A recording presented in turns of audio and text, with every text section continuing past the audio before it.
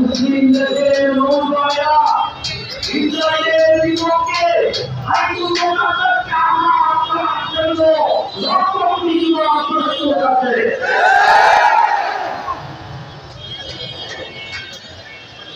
আমাদের দেশটি ফিলিস্তিনকে হত্যা করার জন্য মুসলমানদেরকে হত্যা করার জন্য আইনগতকে আঘাত করার জন্য আমাদের দেশটি জিহাদ করতে হয়। প্রস্তুতি আছে।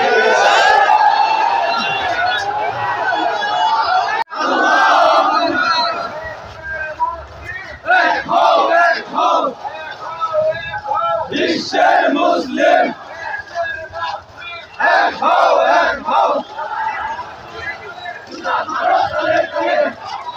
ফিলিস্তিনি পণ্য সম্পর্কে আমার অনুরোধ থাকবে সবাইকে এবং ভারতের পণ্য সম্পর্কে, যেহেতু আমরা মুসলমান যারা আমাদের দুশ্মন, সেই দুশ্মনদের পণ্য ক্রয় করে ব্যবহার করে তাদেরকে উপরে উঠিয়ে দেবো, তাদের সুবিধা দেব, সেইটা সম্পূর্ণ তাদের সাথে বন্ধুত্ব স্থাপন করা ছাড়া আর কিছু না।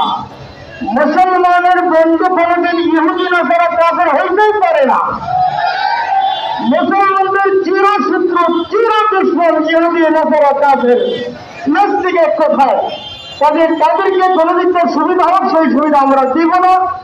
এবং ফিলিস্তিনের মুসলমানদেরকে যে নির্যাতন করা হইতেছে, আল্লাহর কাছে কঠোরভাবে দোয়া করবো। এবং এই প্রেক্ষিতে যদি আল্লাহ তাআলার পক্ষ থেকে আমাদের সুযোগ হয় জাহাজে দেখতে, আমরা সবাই জাহাজে শরীক হই ইনশাআল্লাহ।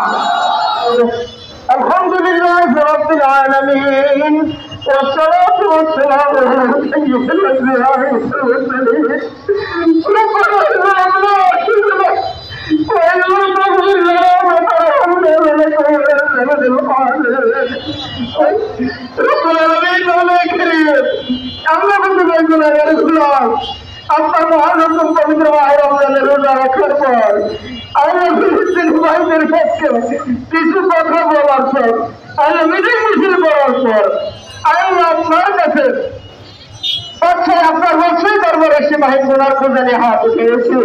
মেহরবানি করে সাহাবাদের যুদ্ধের নকল হরকতকে আমাদের উশিলা করে আমাদের জিন্দেগির সমস্ত গুণাবলী মাফ করিয়া দেন।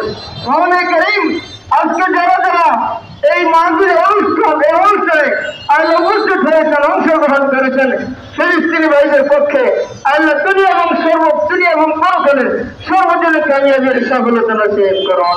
মুসলমানদের যত বিরোধী পার্টি আছে সবাইকে সৈক্য থাকলে হেদায়েত নসিব করেন, তারা তো নিশ্চয় নাফজ করিয়া দেন, তাদেরকে সত্যিকে ধ্বংস করিয়া দেন, ইহুদি নাসারাদের বাতিল সত্যিকে ধ্বংস করিয়া দেন, মুসলমানদের শক্তিকে আপনি গালিব করিয়া দেন।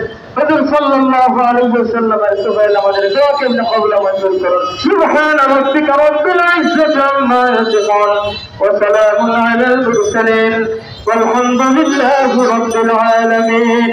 আসসালামু আলাইকুম ওয়া রাহমাতুল্লাহি ওয়া বারাকাতুহু।